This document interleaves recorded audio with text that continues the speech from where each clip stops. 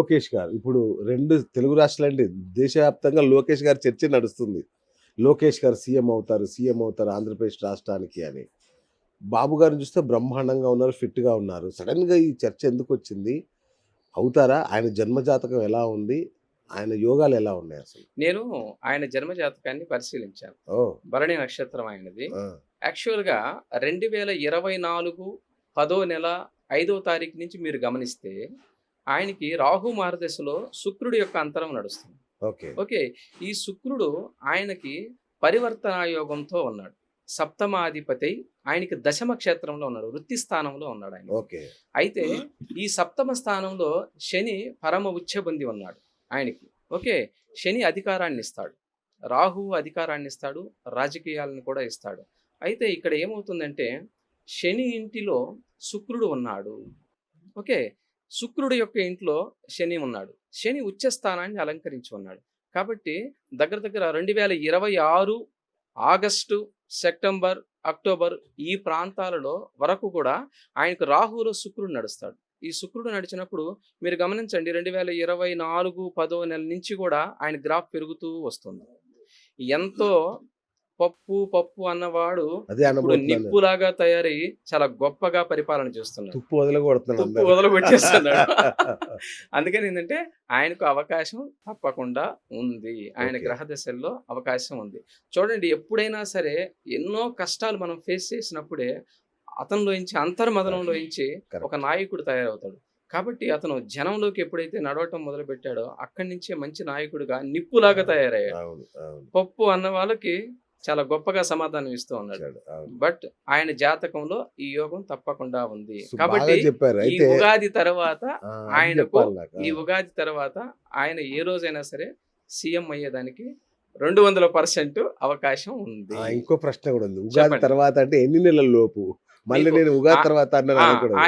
ఆయన జన్మ జాతకంలో 2026 9వ నెల వరకు అచ్చా. 2026 9వ నెల వరకు కూడా ఈ రాహులో శుక్రుడు యొక్క అంతరం ఉంది. ఈ శుక్రుడు ఏం చేస్తున్నాడంటే అతనికి దశమాధిపతి అయి ఉన్నాడు. దశమ స్థానంలో ఉన్నాడు ఆయనకి. ఓకే. కాబట్టి ఈ టైంలోనే అతనికి ఛాన్స్ చాలా ఎక్కువగా ఉంది అని చెప్పాలి. Super super. రైట్. అలాగే గురుగారు 2 తెలుగు రాష్ట్రాల్లో ఏదైనా ఈ సంవత్సరం అన్ఎక్స్పెక్టెడ్ పొలిటికల్ ఎర్త్క్వేక్స్ లాంటివి ఏమన్నా ఉన్నాయా?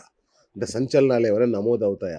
ఎందుకంటే రేవంత్ రెడ్డి గారి పీఠం దానికి సంబంధించి కొంచెం హడావుడి నడుస్తుంది కదా, ఏంటి అసలు? అంటే మీకు ఒకటేనండి, ఇక్కడ గమనిస్తే మనకి పరాభవనామ సంవత్సరం అని మనం ఇందాకే అనుకున్నాం. అవును.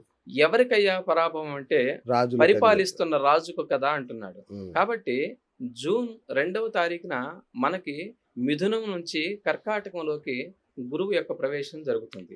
కానీ ఇది రాజ్యానికి చాలా సుభిక్షమైన ఉచ్చస్థితి. ఓకే. అట్లాగే మనకేమవుతుందంటే అక్టోబర్ 31 నుండి మనకి సింహరాశిలోకి గురువు ప్రవేశిస్తున్నాడు. ఓకే. ఇలా సింహరాశిలోకి గురువు ప్రవేశం జరిగినప్పుడు దాదాపు మీకు 11వ నెల, okay, November and December and January, ఈ జనవరి 25వ తారీఖు వరకు కూడా ఆయన అక్కడే ఉంటాడు. ఓకే. అచ్చా. 2027 జనవరి 25వ తారీఖు వరకు కూడా అక్కడే ఉంటాడు గురువు. ఓకే. ఇలా ఉన్నప్పుడు ఈ వక్రగతిని పొందినప్పుడు కొంత దేశాల వైజ్గా కావచ్చు, రాష్ట్రాల వైజ్గా కావచ్చు, ఎక్కడైనా సరే కొన్ని విపత్కర పరిస్థితులు జరిగేదానికి అవకాశం పర్టికులర్గా స్పష్టంగా ఉంది. ఓకే. ఓకే. ఇది ఒక్క రాష్ట్రమే అని చెప్పుకోవటానికి లేదండి. దేశ నలుమూలల, ప్రపంచం నలుమూలల కూడా చాలా వరకు ఇబ్బందులు జరిగేదానికి అవకాశం ఉంది. కాబట్టి రాజు ఇక్కడ మనకి కన్యా రాశి, మిథునం నుంచి కర్కాటకం నుంచి సింహానికి వెళ్తున్నాడు. అవును. అంటే ఒకే సంవత్సరంలో 3 రాసులని గురువు అధిష్ఠిస్తున్నాడు. కాబట్టి ఇలా 3 రాసులకు రావటం అనేది కొంచెం చెడు ఫలితాలుగా మనం చెప్పుకోవాలి. అలాంటి సమయాల్లో అంటే ఇది అతిచారం గురుగారు? అతిచారం కింద వస్తున్నాడు. కాబట్టి ఏంటంటే ఇలా ఈ 3 రాసుల్లో ప్రయాణం చేయటం ద్వారా మనకి రాజ్యములో రాజులకి కొంత ఇబ్బంది ఉంది. అది ఏదైనా కావచ్చు, పదవీ గండమా, మార్పా ఏంటనేది తప్పకుండా ఉంటుంది. ఓకే. తెలంగాణలో కూడా ఆ పరిస్థితి ఉంది. రియల్ ఎస్టేట్ అందరూ వర్రీ అయిపోతున్నారు. రియల్ ఎస్టేట్ ఈ 3 ఏళ్ల నుంచి ఏమీ లేదు. 2-3 ఏళ్ల నుంచి రియల్ ఎస్టేట్ స్తబ్దుగా ఉంది. మరి ఇకనైనా ఈ సంవత్సరం అయినా ఊర్ధ్వముఖంగా వెళ్ళే అవకాశం ఉందా? పెట్టుబడులు పెట్టొచ్చా? ఏం చేయాలి? ఏంటి అసలు? మీరు అడిగిన ప్రశ్న బాగుంది. రియల్ ఎస్టేట్ వాస్తవంగా ఇంకొక 2 సంవత్సరాల పాటు, 1.5 సంవత్సరం పాటు ఓపిక పట్టడం చాలా చాలా ఇంపార్టెంట్. First point. ఓకే. కానీ ఇది కొన్ని రాసులకి గురువు యొక్క సంచారం కొన్ని రాసులకు విశేషంగా యోగిస్తుంది. ఓకే. 12 సంవత్సరముల తర్వాత మనకి కర్కాటకంలోకి గురువు యొక్క ప్రవేశం జరుగుతుంది. ఈ ఓకే. గురువు యొక్క ప్రవేశం జూన్ 2వ తారీఖున ఎప్పుడైతే జరుగుతుందో యమునా నదికి కూడా మనకి పుష్కరాలు వస్తుంది. ఆ.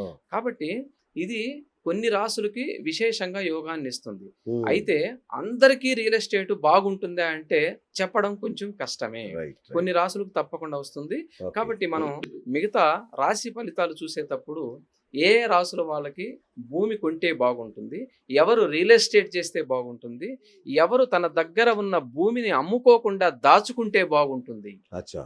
అనే పాయింట్ మీద మనం చర్చిద్దాం. ఓహో. కానీ ఇంకొక 1.5 year వరకు ఇప్పుడు చూడండి, మీరు 2 తెలుగు రాష్ట్రాల్లోనూ ఎక్కడా భూమి కదలటం లేదు. అస్సలు. ఇక్కడంటే ఏదో హైడ్రా అంటాం, ఏదో ఇంకొకటి అంటాం. ఉమ్. కానీ 2 తెలుగు రాష్ట్రాల్లోనూ ఇలాగే మందంగా ఉంది. అలాగే ఈ 1.5 year తర్వాత ఆటోమేటిక్గా చాలా వాళ్ళ దగ్గర ఏదైతే భూమి ఉంటుందో విపరీతమైన రేట్ వచ్చేదానికి అవకాశం ఉంది. ఓహో. దాచుకోండి, నా మాట విని దాచుకోండి. భూమిని వీలైనంత వరకు దాచుకోండి. ఉమ్. తక్కువ రేట్లకు అమ్ముకోవద్దు. ఓకే. భరించలేకపోతే ఏదో కొంచెం త్యాగం చేయండి తప్ప, లేకపోతే ఉంచండి. అసలు అద్భుతమైన రోజులు మాత్రం భూమి మీద మనం చూస్తాం. ఓహో, super super. Stock market, bit coins ఇట్లాంటి వాటిలో చాలా మంది పెట్టుబడులు పెడుతుంటారు కదా, మరి ఈ కాలం మంచిదేనా? ఏ సమయంలో పెట్టాలి, ఎలా పెట్టాలి?